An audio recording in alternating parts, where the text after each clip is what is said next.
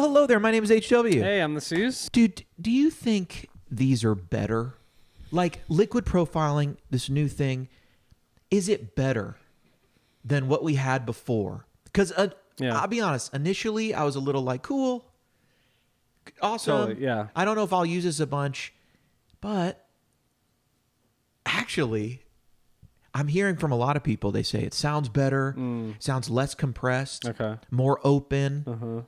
We have the controls. It makes me interact with the amplifier different. Yeah. What do you think? Is it better? Well, it's definitely different. You can't argue that. It's like it's way different. Yeah, the tones that, like, I was just playing through a bunch of these, and like the tones that I'm hearing, I'm not used to hearing on the Kemper. Interesting. You know, like in what way? Like when I was on a Vox and I would go to that cut knob, I'm hearing it change more like I'm used to like my old Vox changing. Right. And I think I don't know, maybe to get that change would have been like a bunch of shelving and carving. What would you have done to really recreate that cut? Yeah. You know, that would take a whole bunch of like trial and error to figure out. Right. But what I hear is like you're not relying on me making the profile to get the EQ exactly where you want it. Right. Now you have control of the cut knob. Yeah. You know? And so you're brightening this up. Can I jump to a different one here? Yeah, totally. So here is let's go to the bright let's go to 66 AC30X. That's Alnico speaker. Okay. Liquid profile bright. And now here's I'll just put this at 5. And so here's this thing straight up and down. Okay.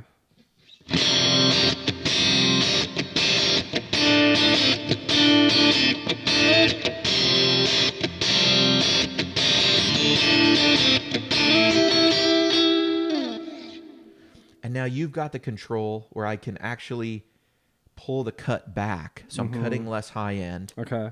And now I can, we'll see that. It's going to be even brighter.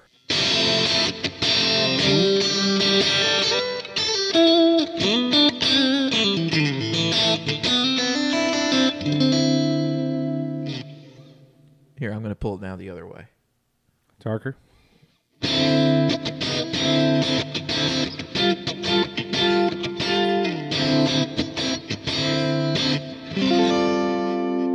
Much more chill, sounds less like the bright channel. Yeah. But that being able to make that change would have been pretty difficult. Totally. Or it just wouldn't have reacted the same way. And so it changes what you're getting out of the amp now. Yeah. You know, and now you have the option to kind of do this with the Vox, whereas I pull this up and I push this up. So I have more cut, more treble. Yeah. And now what's that sound like?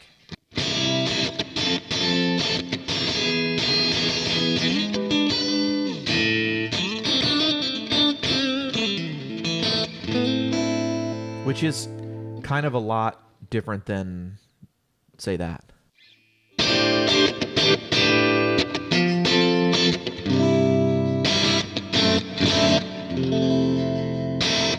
Yeah, there's a lot of different tones. It really in that. Yeah, and it really does feel like you're a little more. You're subject to whatever the idiosyncrasies of the amp are. Yeah, for better or for worse. That's it, for better or for worse. Yeah. I do think the gain control, though, is a big, like, kind of... Yeah, tell me about, so, like, when you are profiling or bringing it into the Kemper, this works differently than normal, right? You're saying there's more sweep to use? Yeah, so now the gain control is part of the amp model. Okay. And so you have a bright cap or not a bright cap, but you have the appropriate bright cap value, which changes the interaction of this gain knob. Okay. I think, actually... it's this interaction of this gain knob that's resulting in people saying there's less compression.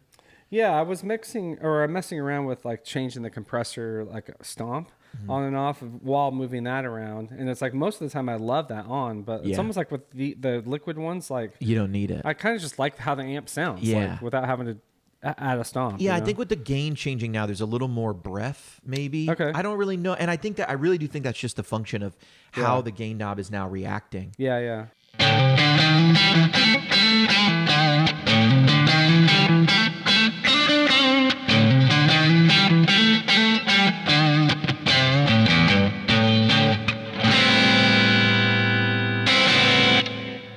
It's a good sound, man. It's a really good sound.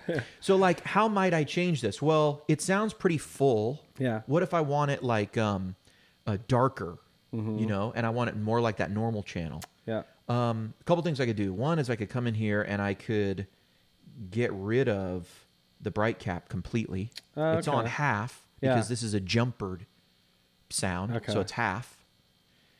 But I could maybe just see what would happen on the plexi if I did this. Presence down, treble down. Yeah, now let's try.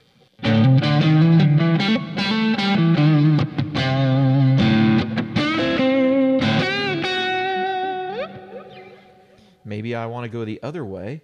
I'm going to take that bass way down, and I'm going to put the treble and the presence almost back on 10, and maybe this will give me more mid-range comparatively.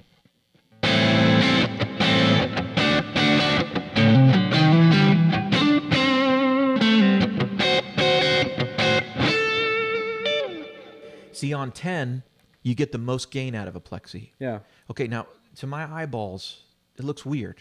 It looks weird having everything on 10. Yeah. But on a plexi, and some of the older EQs like that, all they are high and low pass filters. Yeah. The middle is the entire signal. So it's on a Fender, it's that way. So what happens is, when I have these on 10, I'm actually not removing anything. Yeah, sending everything. This is the full sound. Yeah.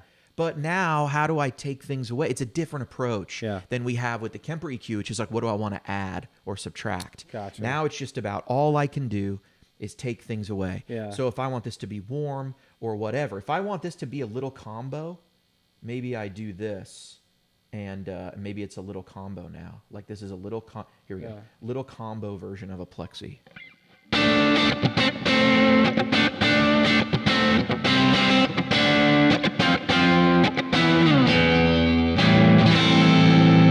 Still sounds pretty big, but the point is less bass. Yeah. I also still Smaller have sound. all of this ability, even if I come in here and I say, this is it, this is how I'm going to run it. I still have the ability to come in here and, well, I could add some clarity.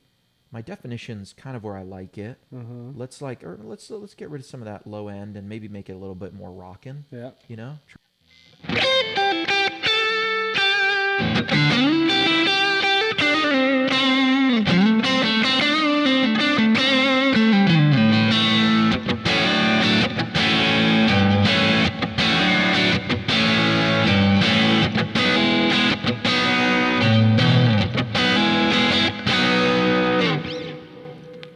Yes, please. I'll take one. Yeah, I mean, that's a good sound, you know.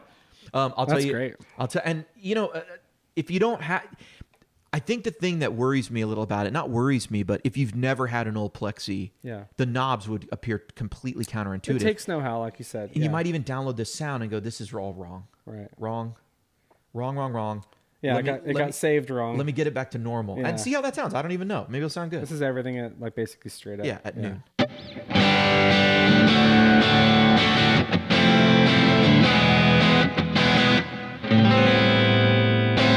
Still sounds good, honestly. Yeah. I mean, that doesn't sound bad. Right. You know, bright plexi.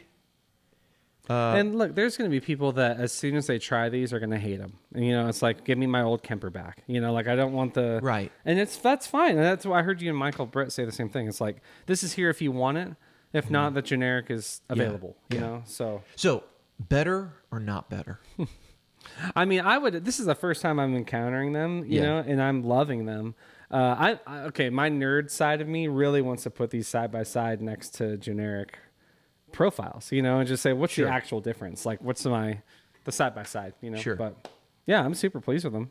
Okay, check it. So here's how I would set up this bright channel on a plexi all day long. Bass at 10. This is on the bright channel of my purple plexi, and on most plexis I would set up bright channel, bass on 10, middle on 7 or 8, treble a little bit back from that, presence all the way up. Try that.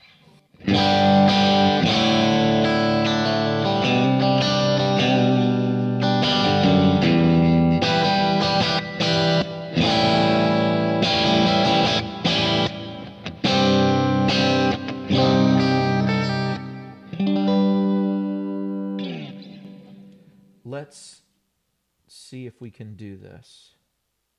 Tone that puts a smile on my face. I like that. Let's cool.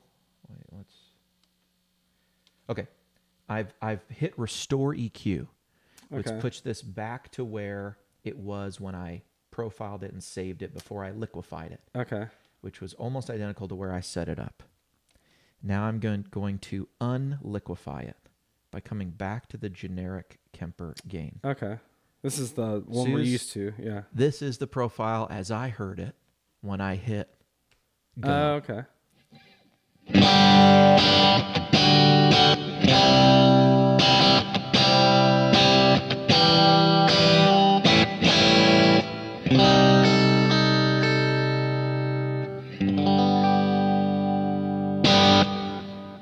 Sounds like an amp. Interesting. Yeah. Sounds like my amp. You know what I mean? I think between those, I prefer the first one that I played. Yeah. Yeah. Well, you know, I don't know where the gain was actually.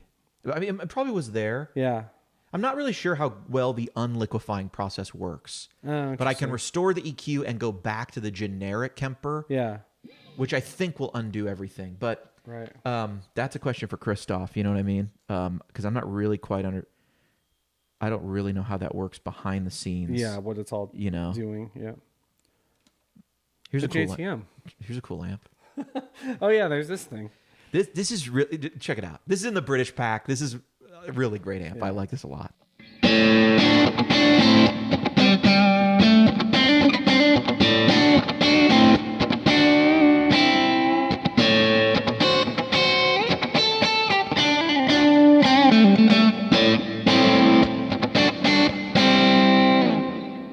Very cool. I love a good JTM, dude. Me too, man. Especially with a Strat. It's real, but I kind of think if I'm live, I'm this is why I actually think some of these single mic versions, because to me this will immediately give you just kind of EQ wise what I would want. Right. Because live, that dynamic mic just going right on it seems to solve a lot of live sound issues. Yeah. There's a reason why the SM57 is not just because it's cheap. Yeah. It's because it's cheap and it works. Tried and true. Tried and true. Yeah.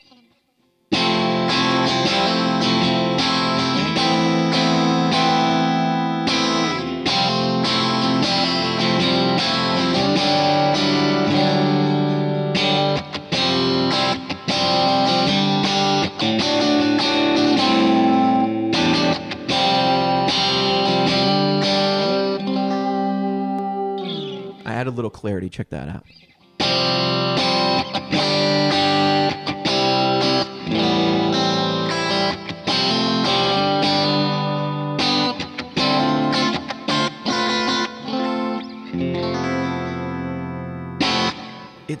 That's really good. To me, I could make a million videos on like how to take down a little low end and how to make things a little brighter. You could also just use the one single, mic and it'll sit in the right spot. Man, I think better or worse. Yeah. No. Oh gosh.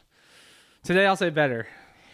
Yeah. I'm hearing from a lot of people they like the sound better. They find it's giving them something. I don't quite know technically what that's about, but I wonder if it's just the fact that, and it might be coming from people that are familiar with the amp. Yeah. Maybe it's that you pull up a Vox and you just up that cut and you go, that's what I've been missing. I've been wishing Tone Junkie brought the cut this way or that way, or I've been wishing that I could do that, and I never quite could get it right. Yeah, because you're dealing with a generic EQ. Right. And I've tried the studio and I've tried the graphic, but now this feels like the thing I'm used to. And way faster. Like as a guitar player that does demos and tracking and all that stuff, I don't want to sit there on menus and EQs and all that stuff. I just want to hit a knob and record the next thing. And that's why we always go back to the stuff we have that we know works. Yeah. You go, Sooze worship template. Right. When you need that, it's that. Yeah. I know HW knows tone. There's a reason I almost never replace it. Yes. I play around with other stuff, but I always go back. I'm excited to try these actually, like in a band, and hear them like in a performance, like that kind of stuff. So I'm gonna say better if you know the amp. Yeah.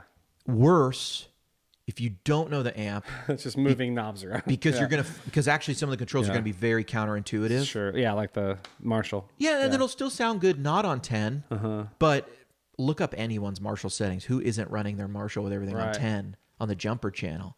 No, you don't have to. I'll add this to the conversation. So I'm a guy that when I play a profile, I hardly ever... These controls are probably so crusty on my Kemper because I never touch them. They're just like, eek! I just want to play it as is. If I'm not feeling it, the quicker thing for me is to go to a new profile. Yeah. Go to a new profile, found something, and then I'm off to the races. This kind of makes me want to touch them now. It's interesting. You know, and just hit a profile and go, okay, now what can I do to this profile? That's where I'm at with it. There is definitely a bias in the Kemper world towards, I downloaded this profile and some of the knobs are moved. Mm-hmm. I need to put it back where it was to hear the true, authentic thing. Yeah, right. And even Michael Britt will all the time bump up that mid knob. Yeah. And I've talked to him about it. It just sounds good. Yeah. Like it's not on the amp. Complicated. Sometimes it's a Tweed Deluxe and there's no mid knob. Right. There's a mid knob. There's not a mid knob. I have to check. I forgot amps. what's on there. Yeah, It's back there. But sometimes there's no mid knob. But you know what? Yeah. It still just sounds good. But because it's in our head, I think sometimes that it's like it's not right. It's generic. It's not authentic. It's not the thing. Or there's too many controls. It's too many. But I never heard anyone look at a Fender Twin and go, too many knobs. Yeah. But that's a lot of knobs. Look at that. Sooze. So, yeah, you can see a Fender Twin. It's there's so like many. 4, 6. There's like over 10 knobs on that thing. Right. It's just clean. Yeah. Yeah, totally. I don't like touching those knobs Right. either. Right. Keep Right. Put them all at 5. Yeah, you know? exactly. You Just play. do the thing. So I'm going to say better if you know the amp. Mm-hmm. If you don't know the amp, Yeah. not better. But if you didn't know the amp, you might not know the Kemper either. So maybe that's not better. So Who it's double knows? confusing. It's definitely worth trying, and I think people will figure out pretty soon if they like it or not. For sure. Favorite amp from the British pack? Dude, it was that Purple Plexi with the 121. I think that's so good. On the number 2? I think so, yeah. Yeah, that's a nice warm one. You know, when I'm playing in here and I'm going through profiles and then I just stop for a while on something, it's usually like I'm feeling and it. you're just like, that's it. I'm going to up the delay in the verb. I'm going to give it to you straight up and down on the gain. And Sooze, why don't you play us out? I've been HW. I've been Sooze. See you next time.